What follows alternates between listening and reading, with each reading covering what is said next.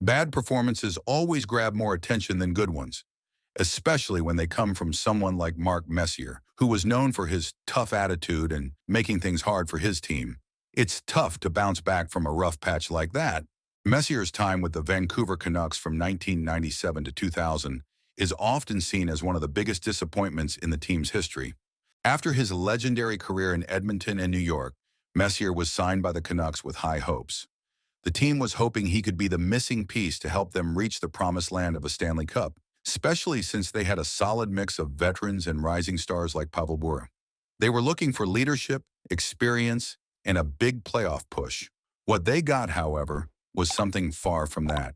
Messier came in on a massive contract, reportedly worth $6 million per year, which at the time made him one of the highest-paid players in the league. Despite the hopes, the Canucks never made the playoffs during Messier's 3 seasons there.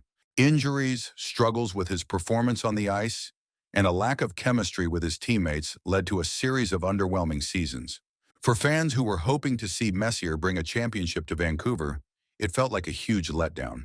Some even started to question whether his signing was a mistake, especially when the team started to rebuild and focus more on youth. By the time Messier retired in 2004, his time in Vancouver was mostly remembered as a frustrating chapter, overshadowing the rest of his glittering career. One of the most talked about and controversial moments during Messier's time in Vancouver came when he pushed hard to become the team's captain, leading to the eventual stripping of the captaincy from Trevor Linden. This move didn't sit well with a lot of people, especially the fans. Linden had been a beloved figure in Vancouver, the heart and soul of the team for years.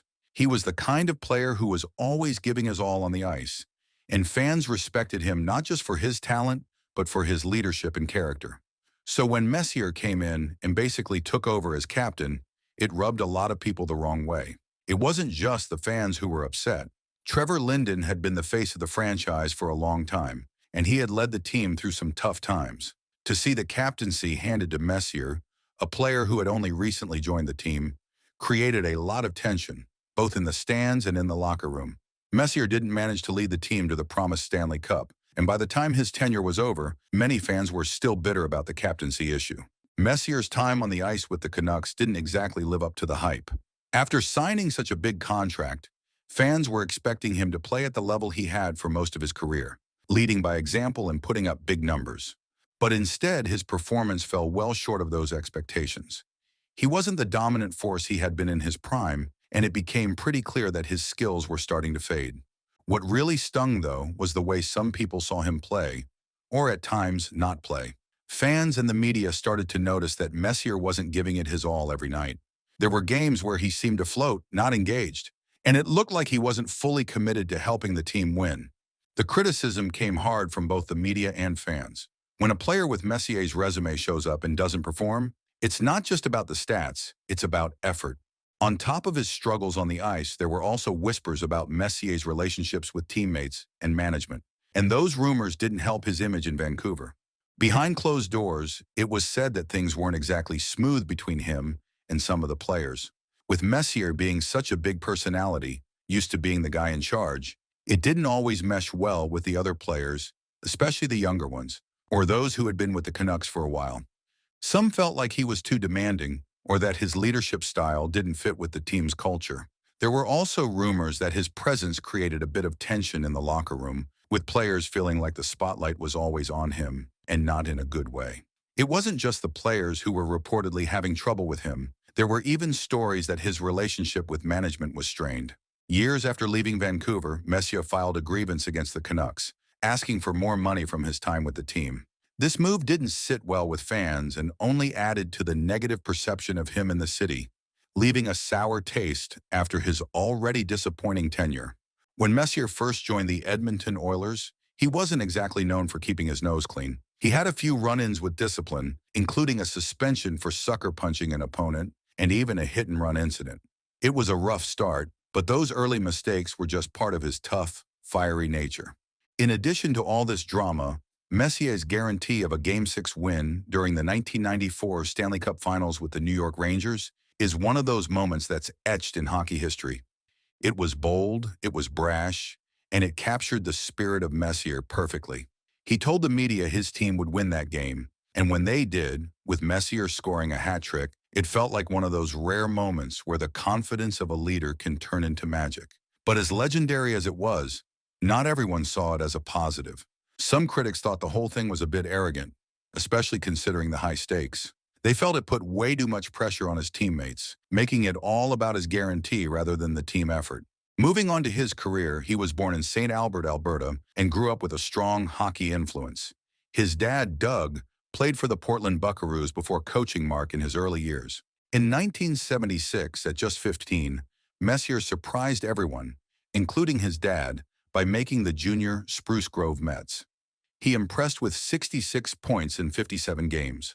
After a brief stint with the Portland Winterhawks, he briefly played for the WHA's Indianapolis Racers before joining the Cincinnati Stingers, scoring his first pro goal in 1979. After the WHA folded in 1979, Messier was drafted by the Edmonton Oilers in the third round, 48th overall. He initially rejected their contract offers but eventually signed. Messier's first NHL season had some discipline issues, including being sent down to the minors for missing a team flight. Known for his toughness and leadership, his scoring improved over time, including a 50-goal season in 1981-82. In the 1984 playoffs, he switched to center and led the Oilers to their first Stanley Cup, earning the Conn Smythe. He won 4 more cups with Edmonton before being traded to the Rangers in 1991 after growing frustrated with the Oilers' management. In his first season with the Rangers, Messier won his second Hart Trophy and led the team to the best record in the NHL, but they were knocked out by the Penguins in the second round. The following year, the Rangers missed the playoffs for the first time in Messier's career. But in 1994, they bounced back, finishing first again and ultimately winning the Stanley Cup. He later scored the Cup-winning goal in Game 7, ending the Rangers' 54-year title drought and earning the nickname Mr. June. Messier's return to Vancouver was full of drama. He took over the captaincy from Trevor Linden, which upset many fans. His demand for number 11, previously retired by the team, didn't help his image. Injuries and disappointing performance followed, and after missing the playoffs, he became a free agent in 2000. After 4 seasons away, Messier returned to the Rangers in 2000, with Brian Leetch handing over the captaincy. He had a solid 67-point season, but missed the playoffs again. Injuries followed, and in 2003 he was traded to the Sharks, only to re-sign with the Rangers before retiring in 2005 after 25 seasons. Messier didn't play internationally much, but when he did, he made it count. He earned a silver medal at the 1989 World Championships in Sweden and won 3 straight Canada Cups. He also helped Canada to a silver in the 1996 World Cup, calling these tournaments his true shot at international play. In 2006, Messier's number 11 was retired by the Rangers, and in 2007, the Oilers did the same. After retiring, he expressed interest in being the Rangers' GM, but the role didn't work out. Messier stayed active in hockey, coaching Team Canada in 2010 and taking part in the 2011 Winter Classic alumni game. He's also been a spokesperson, including for Lay's Chips, where he starred in hilarious commercials. All right, that's a wrap for today's video. If you enjoyed it and want to stay in the loop, don't forget to hit that like button and subscribe to the channel.